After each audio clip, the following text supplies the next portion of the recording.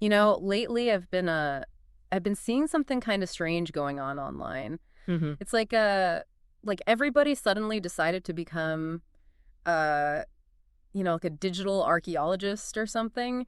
Okay. And the artifact that everyone's digging for is, well, it's Gene Hackman. Gene Hackman. What really? I mean, what's going on? What's got everyone so interested in him all of a sudden? Well, it's not just about revisiting all his classic movies, although I mean there's definitely a lot of that happening. Right. But it's more than that. You know what I mean? Like it's more than just the usual where are they now kind of curiosity. Mm. There's like this weird undercurrent of something else going on, something I can't quite put my finger on. Okay, I'm definitely intrigued now. It's like we're all trying to like piece together this puzzle, but we only have like half the pieces or something. So, what kind of puzzle pieces are we talking about here? We're talking internet searches, little news snippets, even like those gossip sites, you know the ones? Yeah. And here's the strange part. A lot of these searches, they're not about his like iconic roles or anything like that. Yeah, true. They're about death. Death. I mean, that's a little morbid, isn't it? Yeah, it is, right? It's like Gene Hackman cause of death, Gene Hackman found dead, Gene Hackman obituary. Wow. And these searches, they're popping up everywhere. It's crazy. It's like the internet has decided to write his final chapter, even though Right. there's like zero evidence that he's actually, gone. That is really interesting. I mean, why are we so, I don't know, like so obsessed with these death rumors, especially about famous people? I know, right? Like, I mean, think about it, when celebrity dies, it often feels like, I don't know, like a punch to the gut or something, even if you never actually even met the person. Totally. Yeah, it's like losing a friend you never really knew but felt like you did because of their work. Exactly. And Exactly. maybe that's part of it, right? Like those parasocial relationships that we develop with these public figures. Yeah. We invite them into our homes, basically, through the screen. Right. We experience all their ups and downs, their triumphs and their heartbreaks. And somewhere along the way, those lines get blurred. Absolutely. We start to feel like we really know them. And then it's Yeah. almost like we feel entitled to know, everything about their lives, like even the details of their deaths. Right. Like we need to complete the story, get that closure. Yeah, even if it's all based on speculation. But it's not just about death, right? There's also this whole thing about his disappearance. Yeah. I mean, he officially retired from acting way back in 2004. Oh, wow. Yeah. So he's been out of the public eye for over 2 decades now. Wow. And so that absence, that silence, it just fuels even more speculation, doesn't it? Totally. It's like we just can't resist trying to fill in those gaps, like what's he doing? Where is he? And I think most importantly, why did he decide to step away? Exactly. And let's not forget about those sites like TMZ and stuff. Yeah. Oh, yeah. They're notorious for like pushing the boundaries of what's considered, ethical when it comes to celebrity news. Totally. It's like they just love to blur the lines between fact and rumor. You know what I mean? And that's where the internet can be such a double-edged sword. Right. I mean, on one hand, it gives us this incredible access to information, but it also makes it really easy for speculation to just like morph into what everyone thinks is fact. Totally. It's scary how quickly that can happen. Like a rumor that starts in some, dark corner of the internet can suddenly become a headline on a major news site. Yeah, and before you know it, everyone's convinced it's the absolute truth. That's like it's like a really messed up game of telephone, but with, potentially serious consequences for the people involved. And then there's that whole where are they now thing. Right. Which plays a huge role here because Gene Hackman officially retired from acting back in 2004. So he's a prime target for that kind of curiosity. Right. Yeah. It's like his retirement created this vacuum, and the internet just rushes in to fill it with, whatever it can find. Exactly. And it's not just about satisfying our curiosity about a beloved actor. No. This whole deep dive, it really reveals a lot about how we process information in this digital age. That's true. Like how easily speculation turns into assumed fact, and how our own desires, for closure, for connection, how those shape the narratives we create online. Yeah, that's a really good point. It's pretty fascinating, actually. So what are people actually like searching for when it comes to Gene Hackman? Right. Like what are those clues they're using to try to solve this mystery, so to speak? Well, this is where things get really interesting. Okay. It's not just like Gene Hackman wife or Gene Hackman net worth. Well, I'm sure those are pretty popular. Oh, yeah, definitely. But people are digging deeper, you know? What? Like, they're searching for things like Gene Hackman mummification. Yeah. And even Gene Hackman carbon monoxide poisoning. Wow. Okay, that's getting pretty specific. Right. It's like they're looking for anything that might explain his absence. Yeah. Even if those pieces of information are totally unrelated or, taken out of context. Hold on a second. Mummification? Yeah. That seems like a bit of a leap, wouldn't you say? Like, what's the connection there? That's the million-dollar question. Yeah. I mean, it's hard to say for sure, but it could be those internet algorithms, gone wild. Those things. The ones that, track your searches and then try to predict what you want to see next. So maybe, like, people are searching for stuff about Gene Hackman's life and then also clicking on, I don't know, articles about ancient Egypt or something. Okay. And the algorithm just decides to connect those two. Right. And then it's like the internet saying, oh, you're interested in someone who's like vanished from the world. Yeah. Well, have you considered mummification? Wow, that's pretty wild. It really highlights how powerful, but also how potentially misleading those algorithms can be, Yeah, I mean, it makes you think twice about just blindly trusting what you see online. Totally. But okay, even if the algorithm is making these, like, bizarre connections, there still has to be something deeper going on here, right? Yeah, absolutely. Like, why are people even entertaining these thoughts, even for a second? I think it just shows how, I don't know, how much we as humans need to make sense of things, to find patterns, to create these stories. Right, to find some kind of meaning in what seems like chaos. Exactly. And death, especially the death of someone famous, it's like this ultimate mystery that we can't help but try to unravel, It's like we're trying to create a narrative around his absence, even if it means weaving together these threads of speculation and totally unrelated information. Exactly. It's like we're collectively building this digital myth around Gene Hackman, Yeah, a myth that says way more about us than it does about him. Exactly. Our anxieties, our fascinations, all that stuff. But before we get too lost in this labyrinth of internet speculation, Right. let's take a step back and consider the man behind the myth, Yeah. Gene Hackman, the actor, the artist, the man who captivated us for decades with his performances. Absolutely. And maybe, just maybe, if we try to understand his career choices, his decision to step away from it all, maybe then we'll get a better understanding of why he continues to hold such a powerful grip on our collective imagination, That's a great point. Yeah, it's like he's still such a mystery even after all these years. And it's a mystery that clearly still fascinates us. Absolutely. And that, my friend, is where our deep dive truly begins. Let's dive in. So we've been talking about how the internet just can't seem to let go of Gene Hackman. Yeah, it's like this digital ghost hunt or something. Totally. But let's shift gears a little bit and talk about the man himself, Like, where do we even begin to unpack a career as legendary as his? That's a good question. I mean, he's done so much. Right. I think a good place to start would be his decision to walk away from acting. Yeah, that's a big one. I mean, remember his last film was Welcome to Mooseport. Oh, yeah, with Ray Romano. Back in 2004, a comedy. Yeah. Not exactly the kind of grand finale you'd expect from an Oscar winner, right? Right. Not exactly Unforgiven or The French Connection, that's for sure. No, not quite. What do you think? What do you think drew him to that project, especially as like his swan song? Well, that's an interesting question. I think it might say something about his willingness to try different things, different genres. To challenge himself? Exactly. Yeah, maybe he was I don't know, maybe he was just looking for something a little lighter, a chance to flex his comedic muscles after, decades of doing these really intense dramatic roles. That's true, yeah. Or maybe he just saw something special in the script.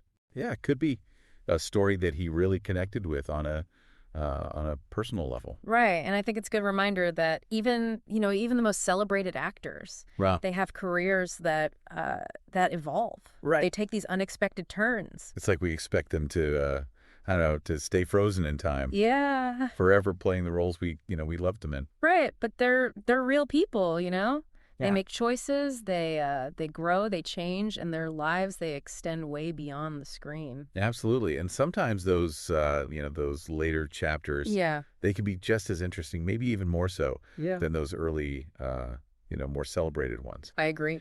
Think about the actors who transition into directing. Right. Or writing. Exactly. Or they take on roles that totally challenge their established image. Yeah, it's pretty cool to see that evolution. Yeah, it's a testament to their creativity, their willingness to push those boundaries. So maybe Welcome to Mooseport wasn't exactly a critical darling, Right. but it still represents this chapter in his life that we shouldn't just, dismiss. Yeah, I agree. They might hold some clues to understanding his evolution as an artist, Mm. and maybe even his decision to step away from the spotlight. Possibly, yeah. And speaking of stepping away from the spotlight, Yeah.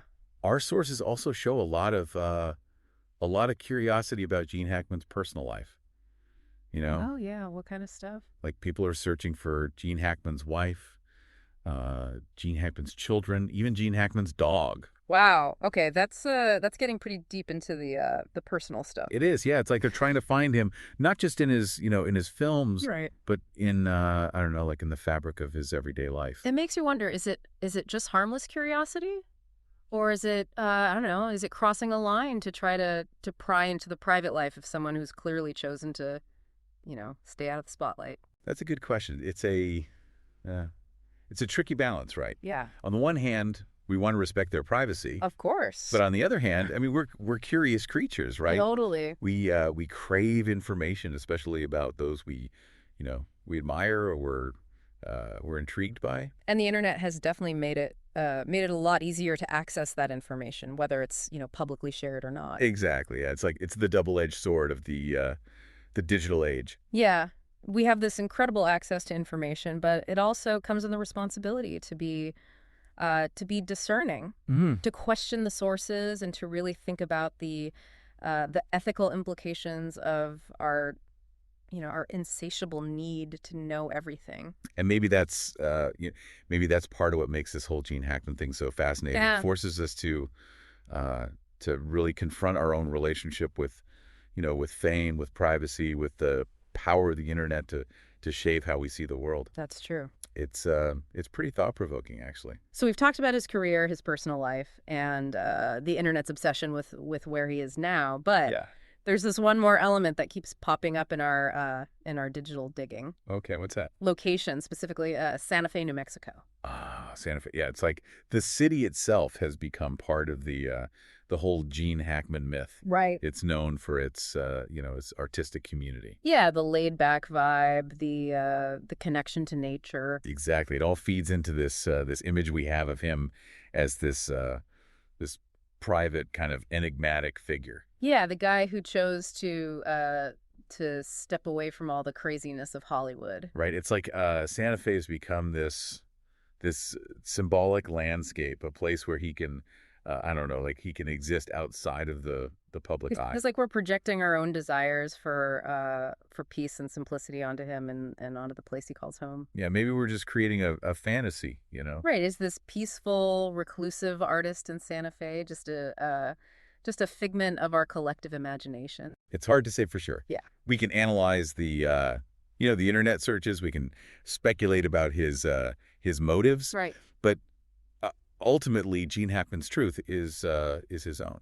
And maybe that's the point of all this, Maybe it's not really about finding Gene Hackman at all. Maybe it's about us.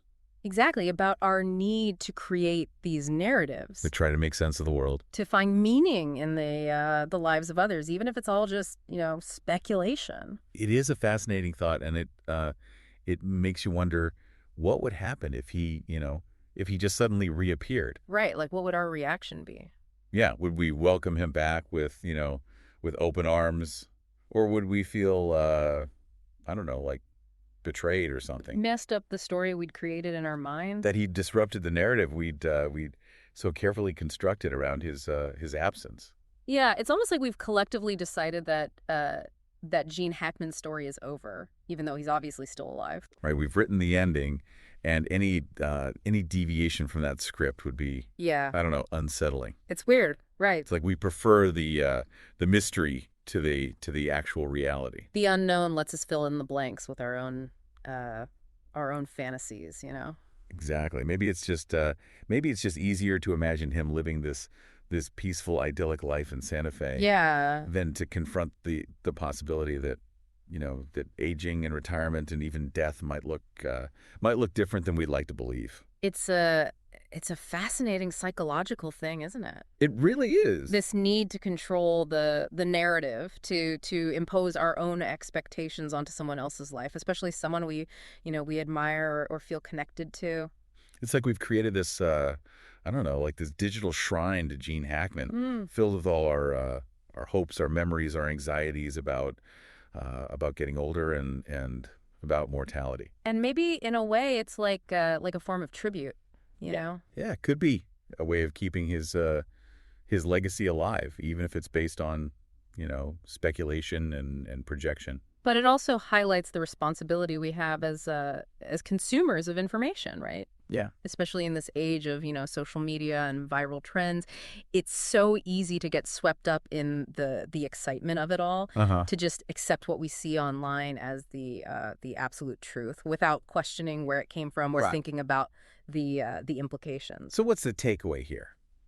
I mean, should we all just stop Googling Gene Hackman and just let the man, live his life in peace? Well, I think that's a great place to start. Okay. I mean, we can still appreciate his work, revisit his films, and celebrate his legacy without feeling the need to intrude on his privacy or speculate about his current life. Yeah, I mean, it's easy to go down those rabbit holes, when you start digging around online. It's true. It happens to the best of us.